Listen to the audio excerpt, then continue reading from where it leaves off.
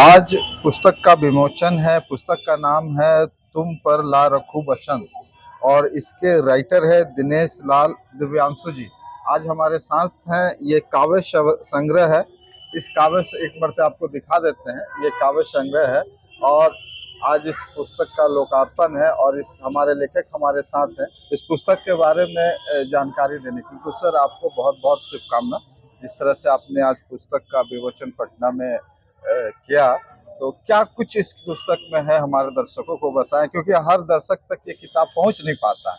जितने दर्शक तक ये वीडियो पहुंच जाएगा तो उसके माध्यम से पुस्तक के बारे में कुछ जानकारी, कुछ कविता इसमें जितनी कविताएं हैं जी, सबका शीर्षक अलग अलग है। एक विषय पर लिखा नहीं गया है जी, शीर्षक ही बता देगा कि ये कविता किस शीर्षक पर लिखी गई है। जी, जी। मेनली पुस्तक के मतलब में क्या संदेश देता है? इस पुस्तक में कवि के भाव क्या है? कवि के भाव जो उठती है ना। जी, जी। कवि का दिनचर्या जो है उसमें जो भाव उठते हैं, कवि अपने को रोक नहीं पाता है, लेखनी चल पड़ती है। ये भिन्न भिन्न विषय पर कविताएं हैं और सबका अलग अलग मर्म है। जी, इस कविता लिखने का मतलब दिमाग में कैसा है कि इस तरह के? जब हम 10वां क्लास में पढ़ते थे जी, उसी समय भावना जगी। जी, और भावना जगी तो लिखना शुरू हुआ, जो अनवरत चलता रहा। ये पुस्तक, इससे पहले आपने कितने पुस्तक? नहीं, पहली पुस्तक। ये आपकी पहली पुस्तक है। मतलब आपका जो सपना था, 10वां क्लास का सपना था और आज समझिए कि जीवन के मतलब चौथे पड़ाव में जाके जब आप रिटायर किए हैं तब आप इसका सपना पूरा हुआ। वो भी पटना में आके आपने पुस्तक का विमोचन किया है। ये कैसा महसूस कर रहे हैं सर? बहुत अच्छा, सब शुभ संजोग था जी। जो इतनी 3,000 से कम कविताएं नहीं है। अच्छा। परंतु छपाए नहीं, पहली पुस्तक है। जी, जी। और इसमें यार हिंदी साहित्य सम्मेलन के अध्यक्ष का सहयोग रहा। हाँ। और आज विमोचन लोकार्पण हुआ। जी। तो अच्छा, ये बताइए कि दर्शकों को जो कविता प्रेमी है इस पुस्तक को पढ़ेंगे, मतलब क्यों पढ़ना चाहिए? इसमें क्या खासियत है? बहुत सारे कविताएं की पुस्तक है, बहुत सारा है, लेकिन इसमें क्या खासियत आपके समझ से लगता है? सर, दर्शक के तो अलग विचार होंगे, लेकिन आपको क्या इसमें लगता है? किस तरह का भावना और किसके प्रति मतलब बसंत, जैसा इसका शीर्षक है बसंत, तुम पर ला रखूं बसंत, यानी कि एक तरह से प्रेमिका हेडिंग के जिस तरह से संबोधन हुआ किसी प्रेम के।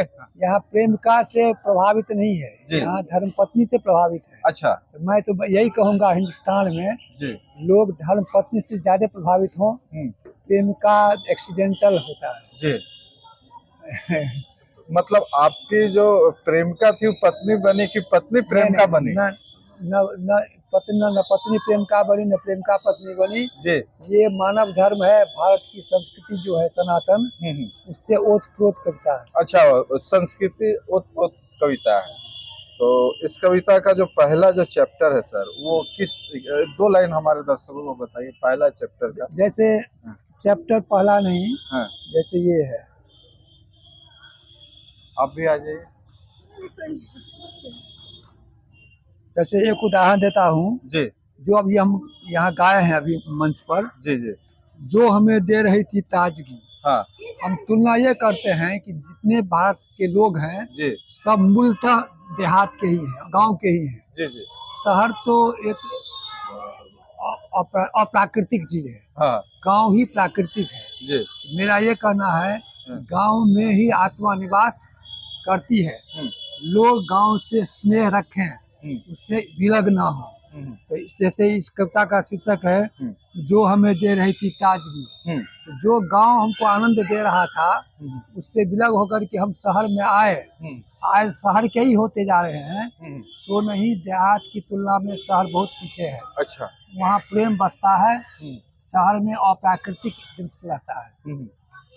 मतलब गांव से जोड़ने वाली ये जो छंद है वो गांव से जोड़ने वाली।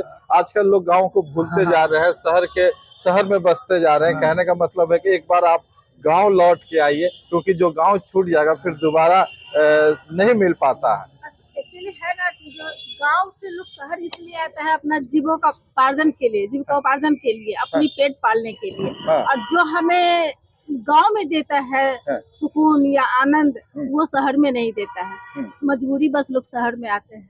जी, आपका परिचय? हमारे बेटी है। हाँ, ये मेरे पापा हैं। अच्छा।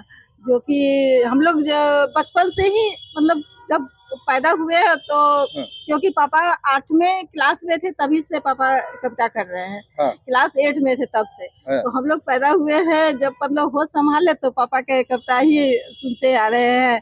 और ये इनको कविता करने के मौका अगर सडनली भी बोल दिया जाए तो वे तुरंत तब करके सुना नहीं, देते इनका हैं। सपना पूरा होने में मतलब जीवन का चौथापन पहुंच गया। ये 8वें क्लास से कविता का सपना जी। देखे कि हमारे किताबें पुस्तकें छपे, जी। लेकिन ये अब रिटायरमेंट के बाद नहीं, एक किताबें छपे इनका ऐसा नहीं था। ये हमेशा हम लोग बोलते थे कि हमेशा क्या बोलते थे, हाँ। मैं तो अपना मतलब कि जो स्वांत सुखाई के लिए मैं हाँ। कर रहा हूँ। हाँ। और फिर और कुछ बोलते थे तो बोलते थे नेकी कर दरिया में डाल। हाँ। हाँ। इनको कभी ये नहीं रहा कि छपे मतलब स्टार्टिंग से कर भी सकते थे, पहले भी कर सकते थे, ऐसा कुछ नहीं था। हाँ। बस लिखते जा रहे हैं, हिंदी, इंग्लिश, उर्दू, मैथिली हर भाषा में लिखे हैं और लिखते ही जा रहे थे। फिर बाद में हुआ क्या, जो आज जब इतना लिख रहे हैं तो कुछ मतलब लोगों को भी दिखाई जाए, कुछ मतलब बाहर भी उनका कुछ कविता का जो है सो ये हो, तो इसलिए कई लेखक जो हैं दर्शक हैं, बहुत से नए लेखक भी आ रहे हैं, क्या कुछ उनको संदेश देना चाहेंगे? संदेश यही देंगे कि हिंदू राष्ट्र की भावना जागृत हो और भारत जैसा देश पूरे विश्व में कोई भी नहीं है। भारत कैसे ऊपर उठे इसके लिए त्याग किया जाए और इसकी दिशा में लिखना चाहिए, कविता हो चाहे गद्य हो। चलिए, बहुत बहुत धन्यवाद हमसे बात करने के लिए।